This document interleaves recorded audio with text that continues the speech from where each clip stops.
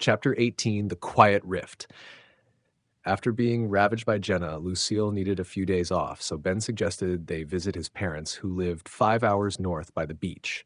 They adored Jenna, and she loved them. Sam needed a break too, and Ben planned to join them for the weekend. Mervyn lifted Jenna and exclaimed, "Oh my God, you're getting so heavy, I might not be able to lift you next time."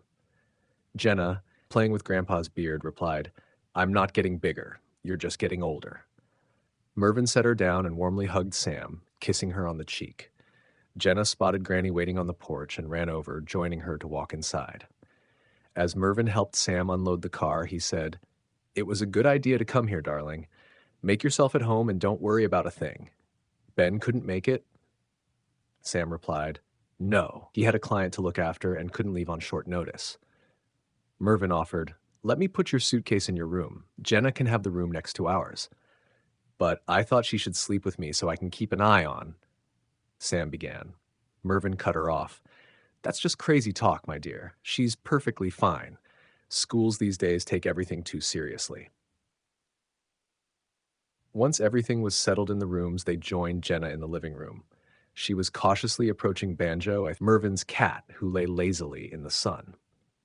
Sam watched, curious, remembering how Lucille had mentioned Jenna's tendency to kick dogs when no one was looking. But Jenna gently stroked the back of the cat's neck, whispering something in its ear. Mervyn, also watching, turned to Sam and remarked, "She looks like any other kid to me." Sam chuckled, wondering if all the recent drama was real or just a series of coincidences. Sam joined Grandma Sue in the kitchen, staying close enough to keep an eye on Jenna. "You know, since all these stories started, I've had a thought but didn't want to interfere.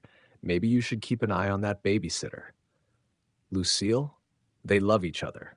Sure, they have their moments, but we trust her. She's kind, smart, responsible, and she's working to pay for college." "A college girl, huh? I hear so much about drugs kids using these days that they don't even know what they have done the day after." Sam's in-laws were lovely, but their lives were too simple, so they clung to every conspiracy they heard. Sam, too preoccupied with her own concerns, decided not to argue. "She's gone for now, so we'll see if that makes a difference," she replied. "Does she have a boyfriend? He could be a bad influence." "Not that I know of, but I'm sure she wouldn't bring anyone over," Sam answered, though a flicker of doubt crossed her mind. Why hadn't Lucille ever had a serious relationship? Sue's voice snapped Sam out of her thoughts. "You're lost in deep thought, sweetheart. I hope you're not worried that she and Ben have something going on, are you?" "What? No, not at all," Sam quickly replied. But now the thought crept in. Lucille was staying elsewhere, and Ben was home alone. "Good, darling. Some women might get paranoid with a gorgeous 20-year-old in the house, but I'm glad you're not one of them." Mervyn walked into the kitchen, interrupting the conversation. "Okay, enough with the crazy talk. Who wants to catch some sun before it's gone?" Sam assumed he had overheard the discussion from the living room and was there to rescue her. "How's the water for swimming today?" Sam asked. "Oh, not today, unless you don't mind blue bottles," Mervyn said. "What's a blue bottle, Grandpa?" Jenna asked as she walked into the kitchen. "Oh, you don't know what a blue bottle is? They're a kind of jellyfish, very poisonous and dangerous. If you can race me to the beach, I might be able to show you one." They both sprinted toward the back door. Sam took a moment to change into her beach dress, savoring the feeling of sand beneath her feet as she walked along the shore. Mervyn was showing Jenna which part of the blue bottle was safe to touch and how to bury them under the sand. Jenna was having a blast, her curiosity about the creatures fueling an endless stream of questions. "Why do they have poison? How much does it hurt if they sting you? Have they ever bitten you? What happens if I pop their heads? Jenna, stop tiring Grandpa with your questions." "It's okay, darling.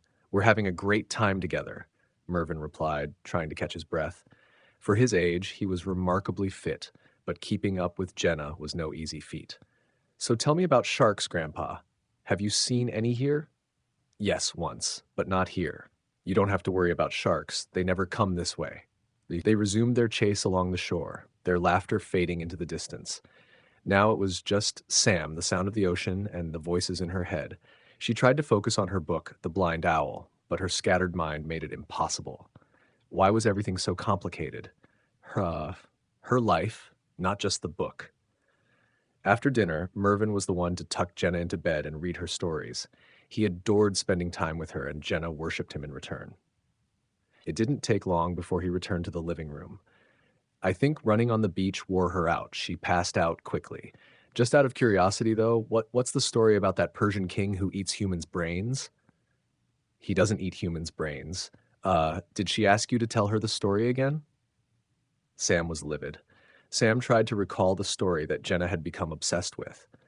After Lucille's explanation, Sam had grown curious and looked it up online.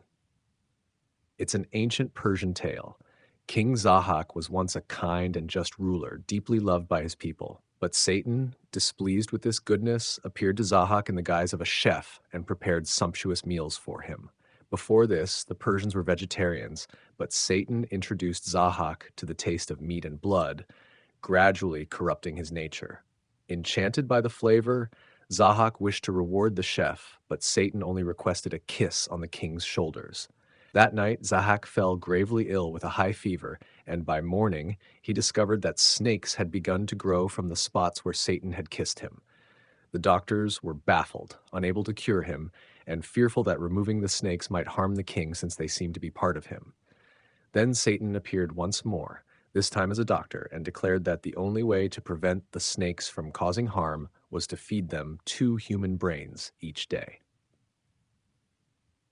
Sam could see the looks on their faces and realized they were right to be concerned.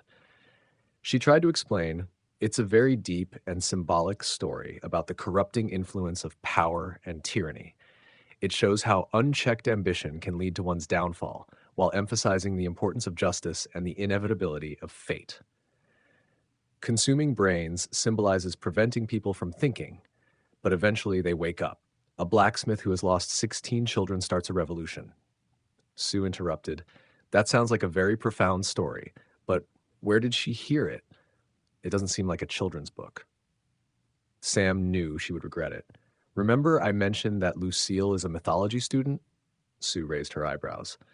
She's been telling Jenna a few stories from ancient cultures, but Jenna got obsessed with this one and kept asking us to repeat it. I forbade it once I became aware, but I think she took her chances with Mervyn, knowing how much he loves her. Mervyn calmly said, She knows it. I think you need to get some rest too. You look exhausted. How about a nice warm bath before sleep? I'll run the water for you. It was a brilliant idea and a timely rescue from having to continue this irritating conversation with Sue. Sam didn't want to defend herself against insinuations that her young, attractive nanny, who was possibly having an affair with her husband, was torturing her daughter right under her nose. Maybe they were in on it together. At least Sue had a theory. Sam had nothing. She tried to sink into the hot water and relax, but if only she could. Maybe this trip was a bad idea after all.